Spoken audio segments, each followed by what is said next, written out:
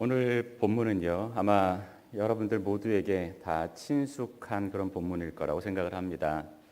교회 좀 다녔다 하는 사람들이라면 오늘 말씀이 전해주는 이야기를 아마도 한 편의 그림처럼 아니면 하나의 어떤 영화의 한 장면을 보는 것처럼 이렇게 쉽게 떠올릴 수가 있습니다. 요셉과 마리아가 베들레헴으로 가죠. 거기에서 아기를 낳았습니다. 아기 예수님을 낳고 구유에 이렇게 누웁니다. 그리고 가축들이 아마도 평안하게 이 아기와 부모를 바라보고 있을 겁니다. 그 시간에 천사들이 들판에서 양을 지키던 목자들에게 나타나서 이제 세상을 구원하실 우리 주님께서 오셨다 이렇게 알려줍니다. 굉장히 뭔가 거룩하고 영광스럽고 장엄한 그런 장면이 우리에게 쉽게 그려집니다. 천사들이 나타나서 찬양이 밤하늘에 울려 퍼지는 거죠. 저 높은 곳에서는 하나님께 영광이고 이 땅에서는 기뻐하심을 입은 사람들에게 평화. 얼마나 멋지고 장엄한 광경인지 모릅니다. 우리도 한번 그런 거 한번 봤으면 싶지 않아요? 분명히 오늘 말씀은요, 이 세상에 오신 주님이 영광스럽게 탄생하셨다는 사실에 대해서 보고해 주고 있습니다. 사실입니다. 주님이 오신 영광, 그 날을 우리에게 증언해 주고 있는 거죠. 그러나 만약에 우리가 오늘 말씀을 읽으면서요, 하나님의 영광만을 혹은 세상에 오신 주님의 영광만을 읽으려고 한다면 우리는 어쩌면 오늘의 말씀이 우리에게 전해주고자 하시는 이야기의 아주 일부분만을 보는 것에 불과할지도 모르겠습니다. 우리 본문이 우리에게는요, 사실 굉장히 익숙하고 친숙합니다. 그런데 그게 바로 말씀을 볼 때 함정입니다. 우리가 어떤 이야기가 돌아갈지 다 알고 있기 때문에 그래, 영광스럽지, 기쁘지, 찬양이지, 얼마나 좋아, 이런 이야기만 생각하고요, 정작 거기에 감춰져 있는, 숨겨져 있는 이야기들은 너무나 쉽게 지나가 버리는 경향이 우리에게 있는 겁니다. 혹은 이 본문 말씀을 읽으면서 당연히 해야 할 질문들이 있는데 그 질문들을 그냥 하지 않고 훅 지나가 버리는 겁니다. 아주 단순한 질문인데요. 뭐냐? 왜 하필 예수님은, 우리의 주님은 왜 하필 가이사 아우구스도 시대에 이 땅에 오셨을까? 2장 1절에 분명하게 나와 있거든요. 그때에 가이사 아우구스도가 영을 내려. 가이사 아우구스도가 영을 내렸을 그때 우리 주님이 오셨다.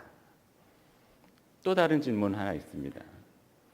왜 하필 목자냐? 오늘은요, 여러분들과 이 숨겨진 이야기들, 오늘의 본문에서 숨겨진 이야기들, 그리고 우리가 자꾸만 그저 지나가 버리는 그러한 질문들을 여러분들과 함께 나눠보면서 우리 주님이 세상에 오셨던 그 성탄절과 대강절, 우리 지금 대강절을 지나고 있잖아요. 그 대강절의 의미를 한번 다시금 되새겨 보려고 합니다. 오늘 본문은요, 예수께서 태어나실 때가 어떤 세상이었는지, 어떤 때 오셨는지, 그리고 우리 주님이 오신 세상이 어떤 세상인지에 대해서 우리에게 아주 분명하게 전해줍니다. 어떤 때냐? 로마 제국의 황제 아우구스투스가 다스리던 때입니다.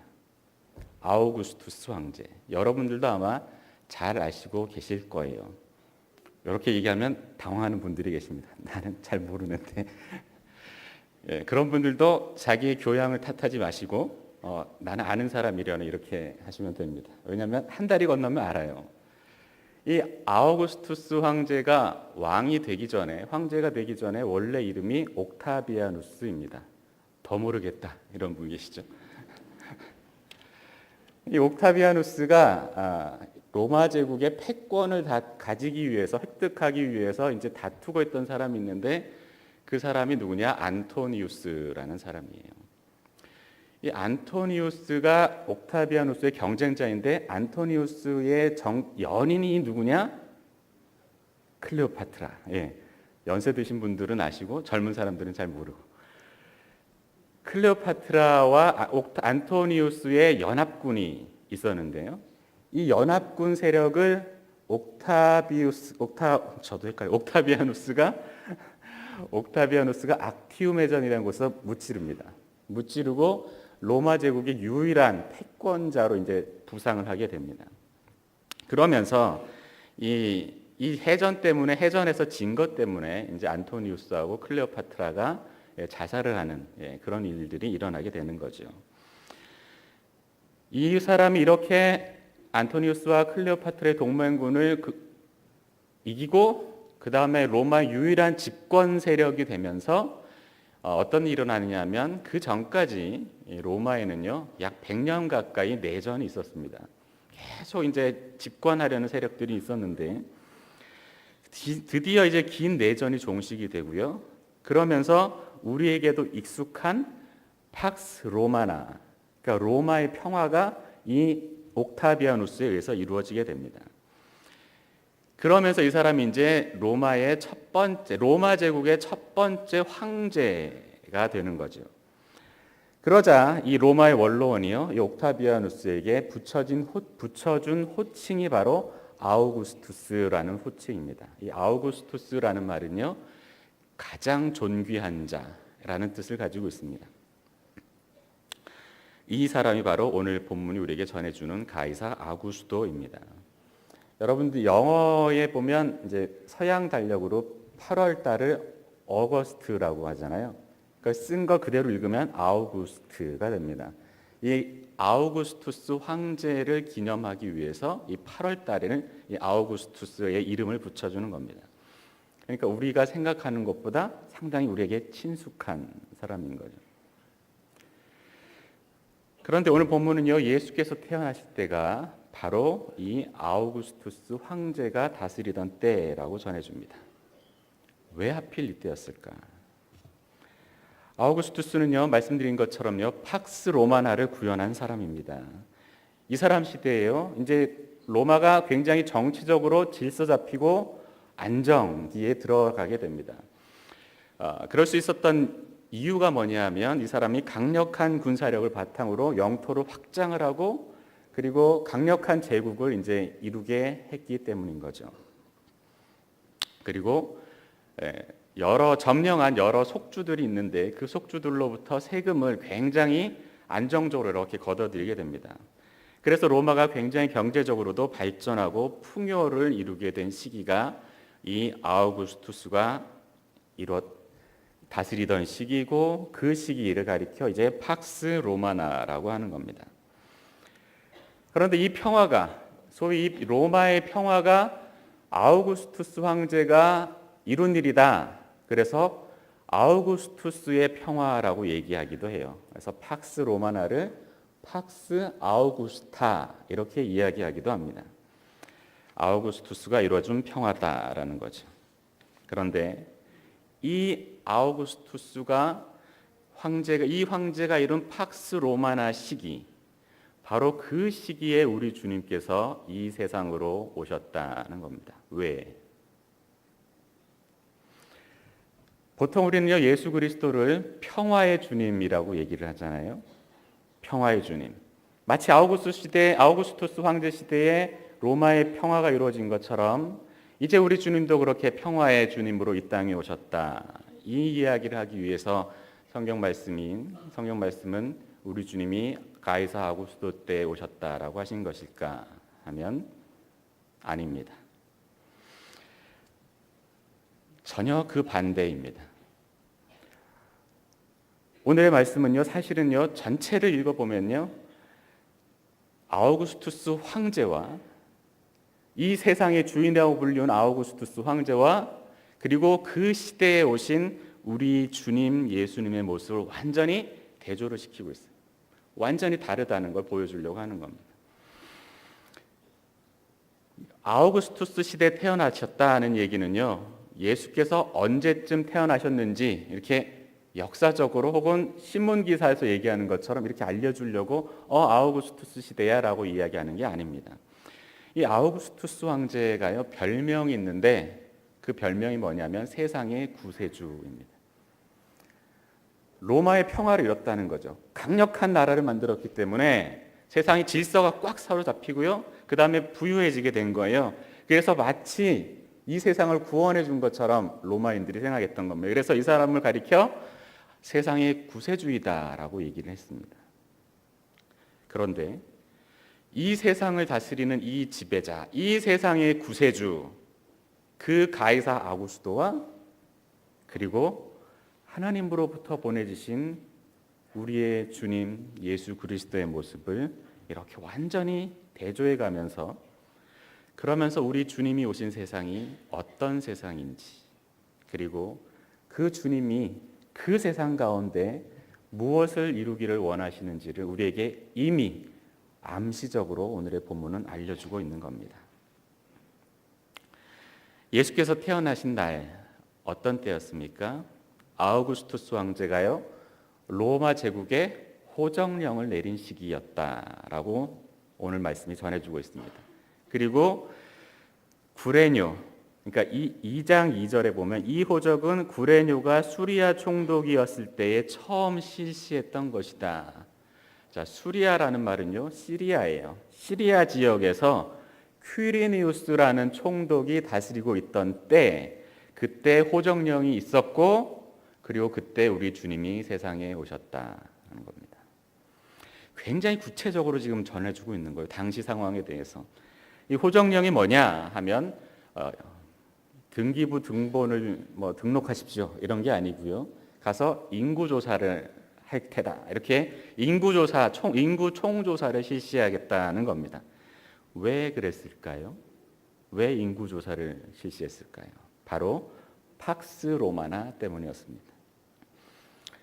팍스 로마나는요, 어디까지나 철저하게 로마의 입장에서 볼 때에만 팍스 로마나입니다.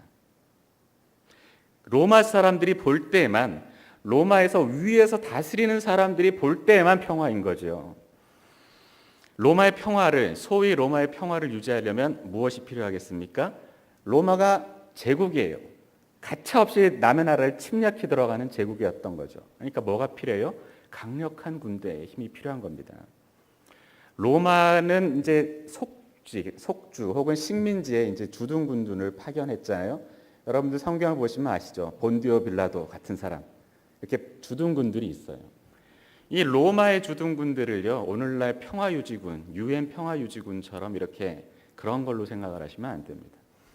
유엔 평화유지군은요, 굉장히 친절해요. 가서 병원 지어주고, 병 고쳐주고, 학교 만들어주고, 아픈 사람 돌봐주고, 이런 일들을 하는 게 이제 오늘날 유엔 평화유지군이 하는 일이라면, 로마의 점령군들은요, 로마의 군대는 조금 더 친절한 군대가 아니었습니다. 이 사람들은요, 아주 잔혹한 학살자들이에요. 한 마을이나 한 도시에 반역의 기운이 돈다라는 소문만 돌아도 어떻게 하느냐? 군대가 다 몰려가는 거죠. 그래서 그 마을을 완전히 초토화시켜버립니다. 말살시키는 거예요. 완전히. 왜? 다른 도시들에게 혹은 다른 나라에 본보기로 보여야 되는 거예요. 까불면 이렇게 되는 거예요. 예수님이 오실 당시 갈릴리와 유대 지역에서도 로마 군대가 반란자들 진압하면서 4만 명 이상의 사람들을 학살하거나 노예로 잡아간 일이 있습니다. 로마가 아까 팍스 로마나 경제적으로 풍요로운 시기였다라고 말씀드렸죠. 로마가 굉장히 풍성한 삶을 살던, 경제적으로 발전하던 시기였는데 왜 그렇게 발전할 수 있었을까요? 로마가 사실 노동 생산성이 다른 지역보다 굉장히 발달해서 굉장히 좋아서 그랬을까요? 아니었습니다. 당시 로마가 경제적으로 번영할 수 있었던 건 다른 이유가 아닙니다. 식민지에서 빼앗아 왔기 때문에 그렇죠. 당시 지중해 연안 전체, 그러니까 유럽 전역하고요, 그리스, 터키, 그 다음에 이집트, 이 모든 지역이 다 로마의 점령을 받고 로마가 다스리던 지역이었는데, 그 모든 동네에서 온 좋다는 것들은 전부 다 어디로 가겠습니까? 로마, 이탈리아에 있는 로마로 다 집중이 되는 겁니다.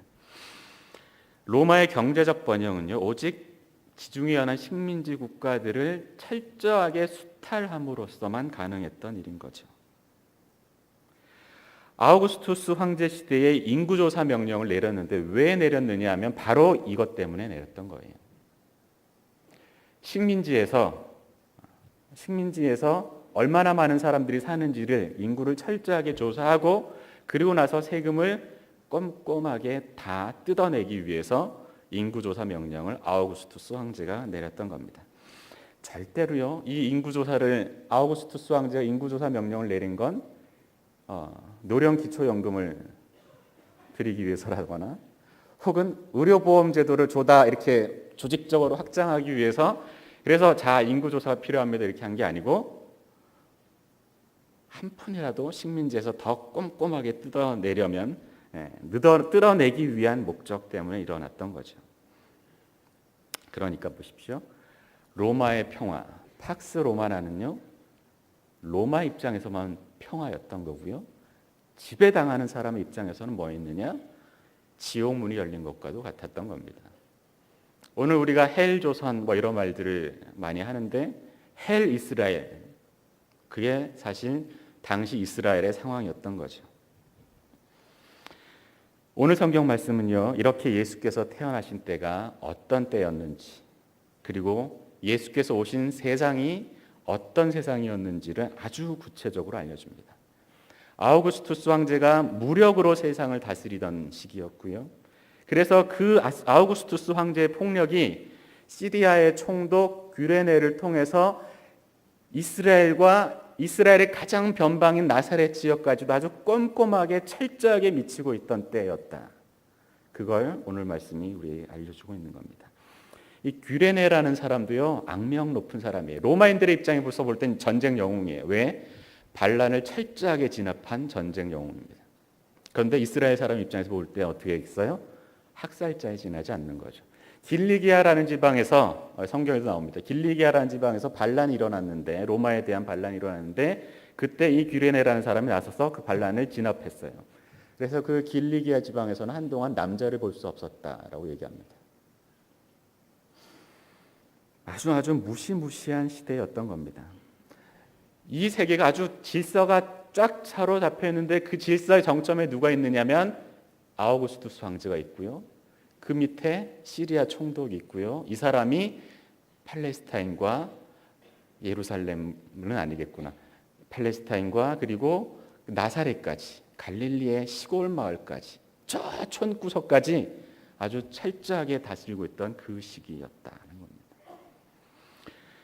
바로 이런 시기에 아우구스투스를 정점으로 하는 이 세상의 지배자들이 자기들의 정치적 야욕을 위해서 자기들의 경제적 풍요와 자기들의 탐욕을 위해서 이 세상을 다스릴 때 그들의 힘이 이스라엘에 사는 변방 마을에 있는 아주 가난한 젊은 부부들까지 미쳤다. 그 이야기와 함께 오늘의 말씀이 시작되고 있습니다. 이들이 이제 집을 떠나야만 하게 됐던 거죠. 집에 있어서는 안 된 거예요. 다 가서 인구조사를 해라 명령을 내렸기 때문에 고향 마을인 베들레헴으로 가야만 했던 겁니다. 그리고 우리가 다 알다시피 이때 마리아는 어떤 상황이었어요? 만삭의 상황이었습니다. 출산 임박해 있던 거죠. 그러나 지배자들의 탐욕과 욕심은요, 그 예외를 조금 더 허용해 주지를 않습니다. 출산을 앞두고 있었는데 언제 애가 나올지 모르는데도 불구하고 인구조사를 하러 동네를 떠나서 고향으로 가야만 했던 겁니다. 이 세계를 다스리는 지배자의 냉혹함, 그 냉혹함은 식민지 가장 변방 마을 그리고 가장 가난하고 가장 힘없는 젊은 부부의 삶을 덮쳐오기 시작했던 겁니다. 나사렛에서요 베들레헴까지 가려면요 약 140km 정도가 됩니다. 140km. 이 두 부부가 베들레헴까지 가려면 어땠을까요? 젊은 장정들이 하루에 가도 군대에서 행군 쭉 하면 8시간 하면 한 40km 한다고 하죠. 장정들도 한 40km예요. 그러니까 하루 종일 걸어도 50km. 그러면 이 두 부부는 빨리 걸어도 3일이나 되는 길을 걸어가는 거죠. 그런데 만삭의 마리아를 데리고 가려면 어떻게 하겠어요? 열흘? 보름? 이렇게 걸렸을지도 모릅니다. 그렇게 걸어 힘겹게 베들레헴에 겨우 고향이라는 곳에 당도하게 된 겁니다. 성경은요, 베들레헴이 요셉의 본가, 그러니까 고향집, 고향마을이라고 알려주고 있습니다. 그런데 요셉 부부는 고향마을에서 가장 고통스러운 경험을 해야만 했습니다. 여관에 묵으려고 했다는 걸 보면 어떻습니까? 이 사람들이 고향은 고향인데 고향이 아는 사람이 아무도 없었다는 사실을 알 수 있습니다. 이제 산통은 시작됐어요. 배는 아파오는데 아는 사람은 없어요. 잘 곳도 없어요. 여관방은 다 찼다는 거죠. 부부는 절망에 가득 찬 채 분명 피눈물을 흘리면서 아마 비어있는 짐승의 우리를 그 안으로 숨어 들어갔을 겁니다. 그리고 산곡 끝에 절망 가운데 아이를 낳았습니다. 아는 사람은 하나도 없고 도와주는 사람이 하나도 없는 그런 시간 속에서 아이를 낳고 그 태어난 아이를 짐승 우리 가운데서 뭘 해줄 수 있겠습니까? 그저 대충 닦아서 그래서 짐승이 먹던 그 여물통 위에다 아이를 낳습니다. 젊은 부부의 한숨과 절망, 눈물 그런 것들이 오늘 이야기의 한복판에 자리 잡고 있습니다. 가난하고 힘도 없고 빽도 없어서 이 세상을 다스리는 사람들이 그 지배자들의 억압을 온몸으로 겪어내는 것 말고는 아무것도 할 수 없는 그러한 부부들의 이야기가 오늘 이야기의 핵심입니다. 오늘의 모습은요, 조금도 목가적이지 않습니다. 조금도 평화롭지가 않습니다. 폭력과 공포, 압제와 수탈, 그리고 그 가운데 흘리는 없는 사람들의 눈물과 한숨, 절망과 좌절, 그런 것들이 오늘 이야기의 한가운데 자리 잡고 있습니다. 정복자 로마의 평화와 번영을 위해서 사지로 내몰린 이 젊은 부부, 그들이 오늘 이야기의 중심입니다. 바로 그것이 아우구스투스 황제가 다스리던 그때, 그 시절에, 그날 밤에 일어난 이야기입니다. 우리 주님은 그렇게 아무도 모르게 그 누구의 관심도 받지 못하고 가장 절망적인 상황 가운데에서 가장 절망적인 환경 가운데로 오셨습니다. 그리고 짐승의 냄새나고 더러운 여물통 가운데 누우셨습니다. 우리 주님이 구유 가운데 누이게 되었습니다. 그것이 아우구스투스 황제가 제국을 통치하던 그때의 모습입니다. 그것이 아우구스투스 황제가 이 세상을 다스릴 때 그 지배자가 만든 그 세상 가운데 오신 우리 주님의 모습입니다. 이 땅의 주인은요, 이 세상의 주인은 이 땅 위에 가장 연약한 자의 아주 보잘것없는 것까지도 빼앗아가기 위해서 노력하는 반면, 그래서 가장 힘없는 사람들의 삶까지도 송두리째 삼켜버리려고 하는 반면에 우리의 주님은 그 세상의 지배자, 그 제국의 지배자에 의해서 핍박을 받고 수탈당하고 뺏기고 절망하고 좌절하는 그러한 가장 연약한 사람들의 삶 한가운데로 가장 연약한 모습으로 우리의 주님이 오십니다. 바로 이것이 성탄의 이야기를 읽을 때 우리가 주님이 오셨다는 기쁨과 그 영광에 도취된 나머지 우리가 종종 잊어버리는 숨겨진 이야기입니다. 또 다른 질문을 하나 해볼까요? 왜 하필 목자냐? 왜 천사들은요 목자들에게 갔을까요? 사실요 효과적으로 일을 하려면 천사들이 어디로 가야 했습니까? 아우구스투스의 황제의 궁전으로 갔으면 더 편안했습니다. 너 이제 끝났어. 너 시대는 끝났어. 이제 우리 주님이 오신다. 혹은 예루살렘에 있는 헤롯의 궁전으로 갔더라면 더 효율적이었을 겁니다. 그런데 왜 하필 들판에서 노숙하고 있던 목자들이었을까? 이 예수님 당시 목자라는 직업은요, 좋은 직업이 아닙니다. 여러분들, 저 이름을 참 말할 수 없지만 강원도에 대관령으로 많이들 가시잖아요. 도시 생활이 힘들고 하니까 저 농장에 가서, 큰 농장에 가서 탁 트인 데 가서 양들 보고 아, 좋다, 나도 이렇게 살면 좋겠다, 뭐 이런 생각들을 하시죠. 그러나 오늘 성경 이야기는 목자라는 건요, 그런 거대 농장의 농장주도 아니고 그런 강원도에 있는 그런 거대 농장에서 전문적으로 목축업에 종사하시는 농경 전문인들을 이야기하는 게 아닙니다. 당시 목자라는 직업은요, 세리처럼 천대받던 직업이었습니다. 사람 취급을 안 하는 사람들이 목자였어요. 그래서 이런 말도 있습니다. 자식이 목자가 되게 하는 거는 자식한테 목동일을 가르쳐 주는 건 도둑질을 가르쳐 주는 것과 같다. 이게 당시 사람들이 목자들을 바라보던 시선이었습니다.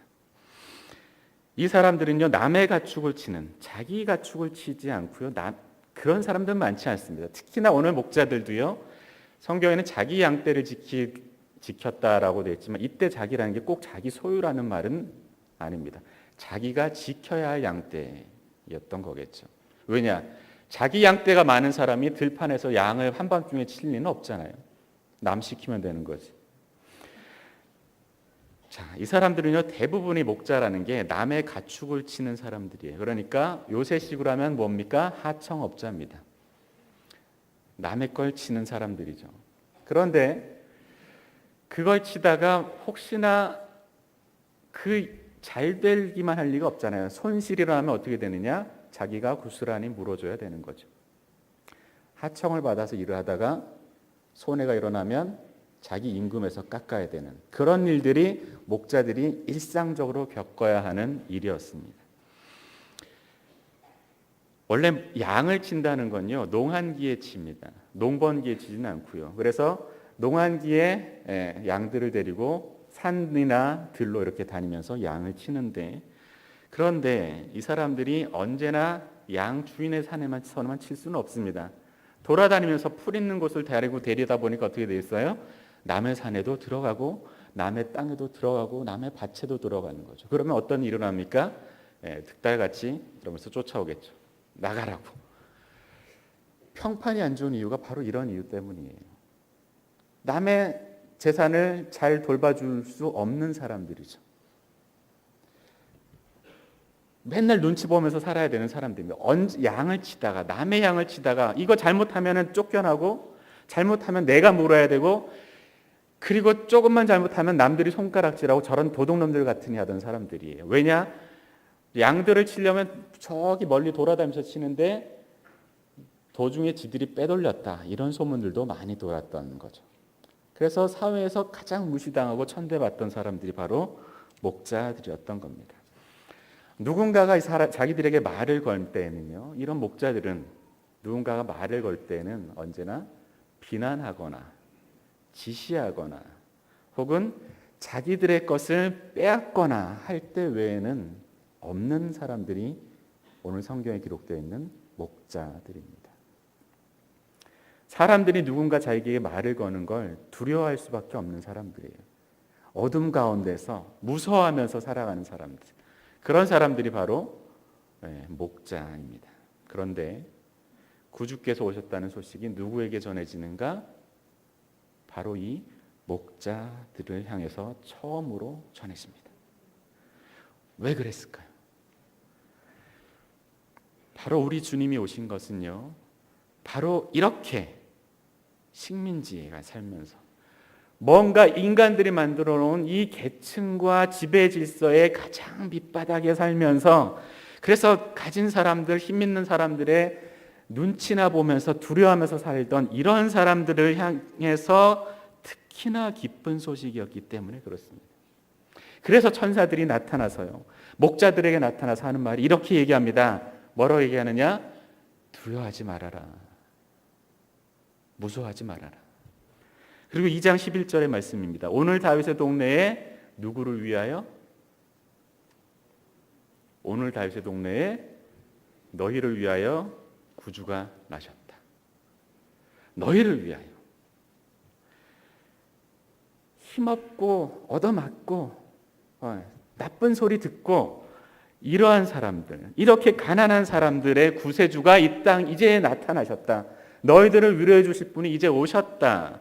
그분이 어떤 사람의 모습으로 오셨느냐? 너희들과 같은 모습으로 오셨다. 가장 가난한 모습으로 오셨다. 그것이 바로 12절의 말씀입니다. 너희가 가서 강보에 쌓여 구유에 뉘어 있는 아기를 보리니 이것이 너희에게 표적이다. 가장 낮은 사람들이 가장 쉽게 이해할 수 있는 방식으로 우리 주님이 오신 겁니다. 가장 힘겨워하는 사람들이 가장 이해할 수 있는 방식으로 가장 힘겨운 모습으로 우리 주님이 이 땅 위에 오셨던 겁니다.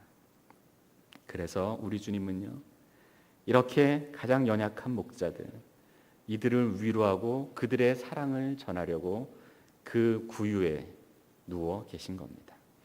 그것이 바로 우리 주님이 이 세상에 오신 목적이에요. 우리가 자꾸만 놓치는 것들인데 그게 뭐냐?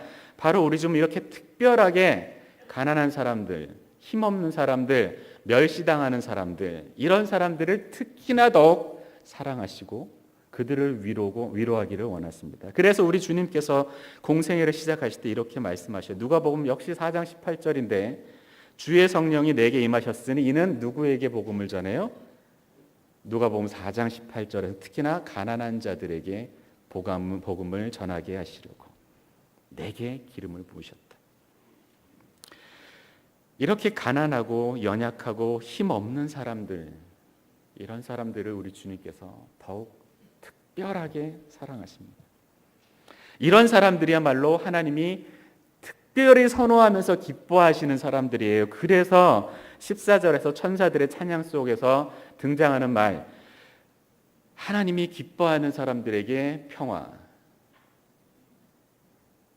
하나님이 특별히 선호한 사람, 특별히 사랑하는 사람, 이 땅 위에 연약한 사람들입니다.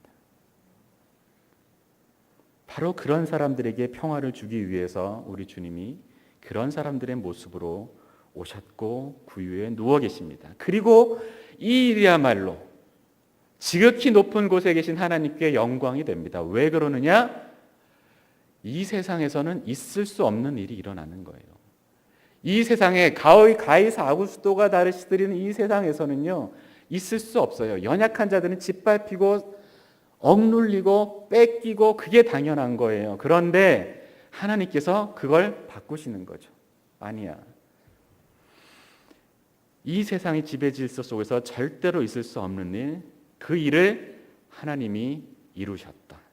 바로 그래서 그 일로 인해서 지극히 높은 곳에서 우리 하나님께 영광이라고 천사들의 찬양이 울려 퍼지게 되는 겁니다. 여러분, 우리는 지금 대강절을 보내고 있습니다. 2000년 전에 우리 주님이 이 세상으로 오셨다는 그것을 기억하고 기념하는 시간들을 보내고 있는 겁니다. 기쁘고 감사하고 영광스러운 시간들입니다. 하지만 우리가 잊어서는 안 되는 게 있습니다. 그게 뭐냐? 우리 주님이 구체적으로 어떤 세상으로 오셨는가 하는 겁니다. 우리 주님이 구체적으로 누구를 특히나 더 사랑하고 계신가 하는 사실 우리가 결코 잊어서는 안 되는 겁니다. 하나님의 아들이 오신 세상은요, 아우구스투스 황제가 다스리던 세상입니다. 이 세상의 지배자들이 힘없고 연약한 사람들의 삶을 짓밟던 바로 그 세상, 그곳으로 우리 주님이 오셨다는 겁니다.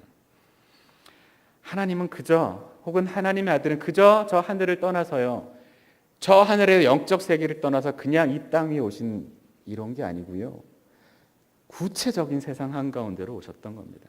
바로 그 세상으로, 바로 그렇게 지배자들에 의해서 사람들이 눌려 살던 그 세상 한가운데로, 그리고 가난하고 눈물 흘리고 좌절하고 절망하고 한숨 짓던 바로 그 사람들을 위해서 그 사람들의 삶 한가운데로 그렇게 우리 주님께서 오셨습니다. 바로 그 세상, 바로 그 사람들, 그것이 우리 주님이 사랑하시는 세상이고 사람들이기 때문에 그렇습니다. 성탄은 바로 그래서 기쁜 소식입니다.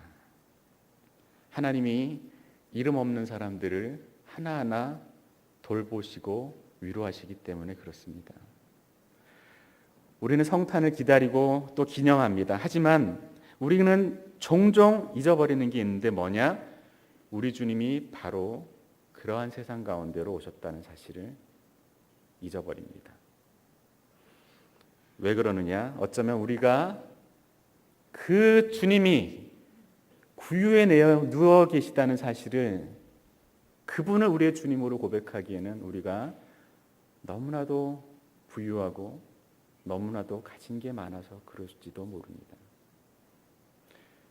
힘없고 연약한 그 절망하는 부부의 아이로 오신 그분을 우리의 주님이라고 부르기에는 우리는 더 많은 걸 가지기를 원하고, 이 세상의 지배 질서 가운데에서 더 위로만 올라가기를 원하고, 그러면서 그거를 하나님의 뜻이라고, 축복이라고, 은총이라고 이야기하고 싶어 하기 때문인지도 모르겠습니다. 그래서 우리는요, 그 주님이 오신 세상을 자꾸만 외면하려고 합니다. 그 세상을 벗어나서요, 그 세상을 떠나서 뭔가 신령하고 영적이고 뭔가 보다 종교적인 무언 세상으로 벗어나려고 합니다. 자꾸만 종교적인 행위들에 집중하려고 하고요, 신앙의 습관을 만들고 프로그램들을 만들어서 자꾸만 그리로 달아나는 거예요. 그걸 보기 싫은 거죠. 그럴수록 더욱 영적이라고 얘기하고, 그럴수록 더욱더 신앙이 좋다고 얘기하고, 자기를 위로하고, 그리고 서로를 격려합니다. 세상을 벗어나 있을수록, 외면할수록. 교회는 원래 영적인 거라고, 교회는 원래 세상으로부터 벗어나는 거라고 얘기하면서, 그러면서 자기 스스로를 위로하는 겁니다. 그런데 우리가 기억해야 할 것이 있는데, 그것이 뭐냐? 우리 주님은 바로 세상 안으로 오셨습니다. 그것이 성육신의 신비이고요, 그것이 성탄의 신비입니다. 우리 주님은 세상 가운데로 오셔서 연약한 자들을 돌보기를 원하십니다. 가난한 사람들을 위로해 주기를 원하십니다.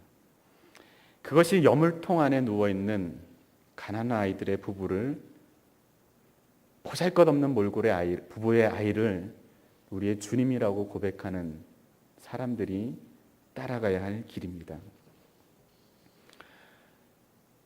여러분들 힘겨운 시기를 거쳐오고 계신 걸 압니다.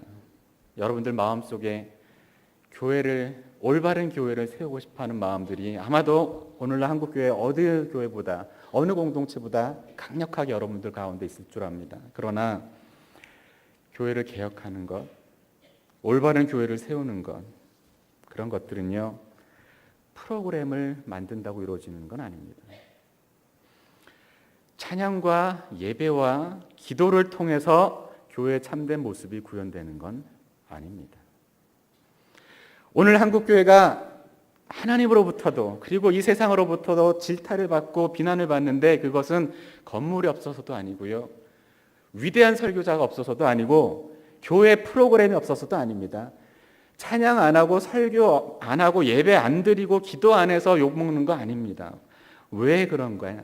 교회가 진정으로 구체적으로 그리스도의 교회가 되려면 그 그리스도께서 오신 세상으로 나아가야 됩니다. 그래서 그 주님께서 위로해 주려고 했던 그들의 친구가 되어줘야 합니다.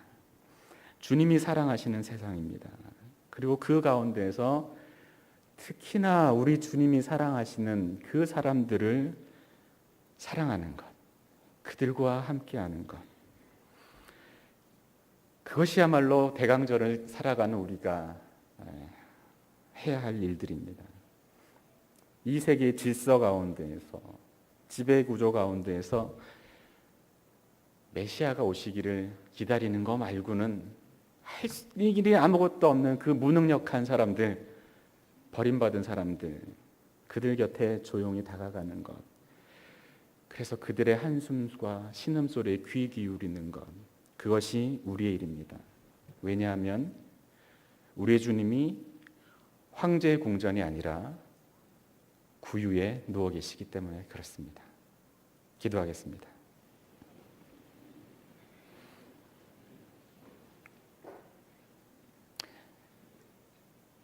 가장 가난한 자들, 가장 힘없고 가장 연약한 모습으로 가장 연약한 자들의 가정에서 나신 주님, 이 시간 성탄을 기다리고 주님의 오심을 기다리는 대강조를 맞이해서 우리 마음에 주님의 심정을 품을 수 있도록 주님 인도해 주시옵소서. 이 세상 가장 가난한 자들의 세상으로 오신 주님, 그들의 삶 가운데로 오시는 주님, 그 주님을 우리의 주님으로 고백하게 하시고 이 세상 가운데 오신 주님을 따라서 우리도 눈물 흘리는 자들, 버림받은 사람들, 그들 가운데 다가갈 수 있도록, 그래서 이 참된 교회의 본질을 회복할 수 있도록 주님 우리에게 은총을 베풀어 주시옵소서. 예수님 이름 의지하여 기도합니다. 아멘.